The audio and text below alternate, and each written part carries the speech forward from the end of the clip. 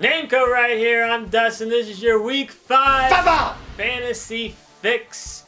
Before we get into it, though, give me a little DraftKings info. Gonna talk about DraftKings. We're bringing back the T-shirt promotion. So if you missed it the first time, do it now. Sign up. Use the promo code FST or follow the card, link in the description below. When you sign up for DraftKings, buy at least $5 in the month of October. We give you a free Fantasy Smack Talk And I ordered t-shirt. a whole bunch of shirts because it was cheaper with the more that you bought. So you're gambling. They're gonna help sign us. up, so Please help dude. us If we've out. given you any advice, just help us out. And DraftKings is awesome. It's so much fun.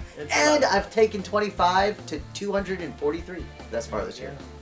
Before we get into it, though, trade stuff. I'm getting so sick of trades this year, and I blame it on the fantasy apps getting better in terms of setting up your team, but not for showing you visibility on any trade offers. Get onto your computers every once in a while and just make sure you don't have any pending trades out there. I can't even get people to reject my trades. But trading's half the fun in fantasy. Don't just completely ignore that part of what it is. I think so many people are so afraid of getting burnt in a trade, or they've been burnt once and they never want to trade again. There's plenty of trades that make sense for both sides. That's the point. I'll tell you what I actually do is just do to the app, and because that's why. Because Dustin, like, I send you a trade, I was like, I don't even know what you're talking about. So the best thing to do is, we always say use a little message whenever you're sending trades. But if you know the people in your league, send them a quick text. Be like, hey, send you an offer. This is what it is. It makes sense for you. And here's the other thing. With bye weeks here, solve somebody's problem. That helps quite a bit to get some trades done where, people might slightly overpay a little bit to get a problem solved. So just throwing it out there. And don't cut off the line of communication by just being mean about the trade. I mean, I had a trade where I offered, and I was asking them to respect Dion Lewis as a top 10 running back. And I understand that might be a little bit much, but you don't have to be mean about it, because I'm not going to send you another trade all year. And who was that? It was your brother. It was best. You can send me a trade, and then we can start talks again. But I'm not starting the conversation. Dustin kills people. Donger's been killed. My brother. Sorry. I'm still very much friends with him in real life, but he's dead to me in fantasy. Huh? Dead to me in fantasy. All right, let's get into those forums. First one comes from Jarger. Do this trade. Gives up Jeremy Hill to get Arian Foster. Are you doing it? Oh, this is so hard because I love Arian Foster so much, it's not even funny. So what are you doing? I'm keeping Hill. I understand that, Foster, first of all, he always gets banged up, and sure, his upside is great, but I haven't liked how the Texans' offense is run. And while Hill's going to have some hit or miss when they're behind, they're 4-0 right now, it's working well. Hill's still going to be their goal line guy. I just think he's a little bit safer, the younger legs. But, oh man, if you want to do this, I can sign off on it because I love Foster. Good game. You would do it? If you're looking for a gamble, if you want to shake it up a little, I think Hill's... If you need a back that has more upside, I would go with Foster. I think his ceiling's much higher. I'm with you. But his floor is way lower.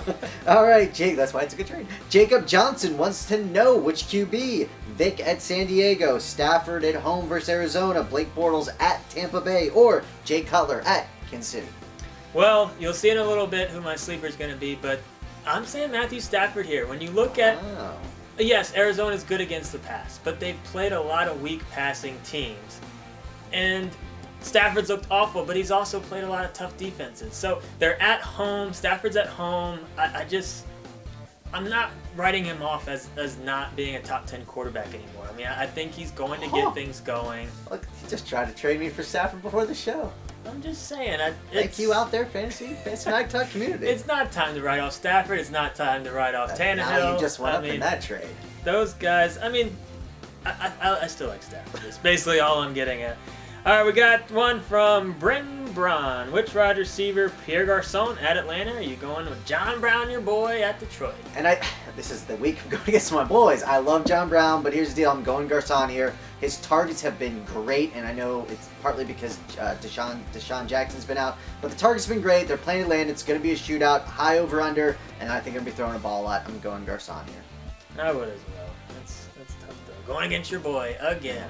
Let's get into those dud sleepers and deep sleeper. My dud's going to be Chris Johnson going up against Detroit. I know, the coaching staff has said Johnson's still going to be their man once Ellington comes back.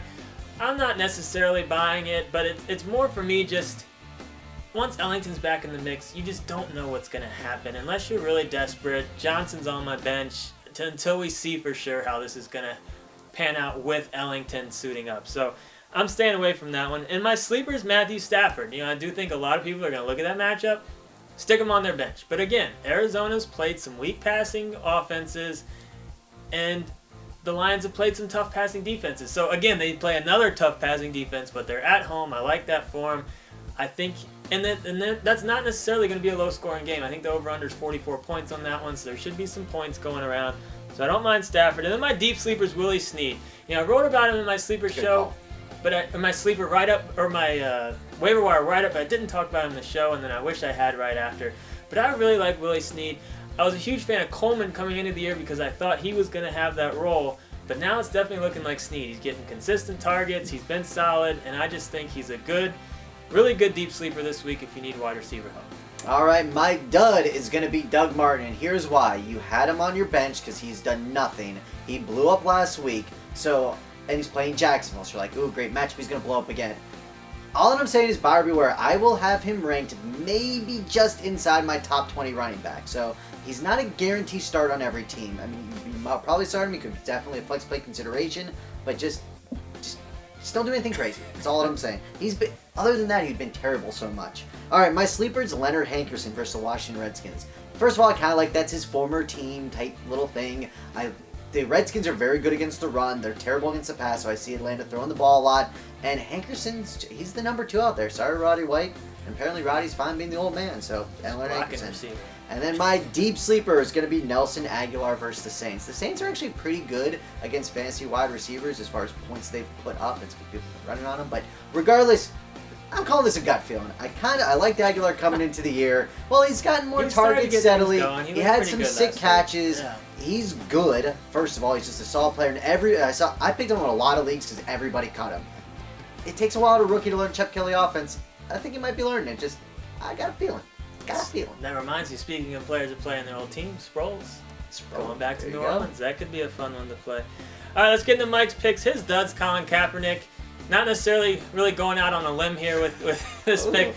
But I mean, if you got Cam Newton or Tannehill on a bye and you're looking at who's out there, he's not liking Kaepernick. The offense has looked bad. The Giants have been pretty good against the passing. The sleeper is Aiken for Baltimore. I mean, this guy's had 2 really good games so far this year. Steve Smith banged up, probably not going to play this week. Aiken should definitely get a lot more looks.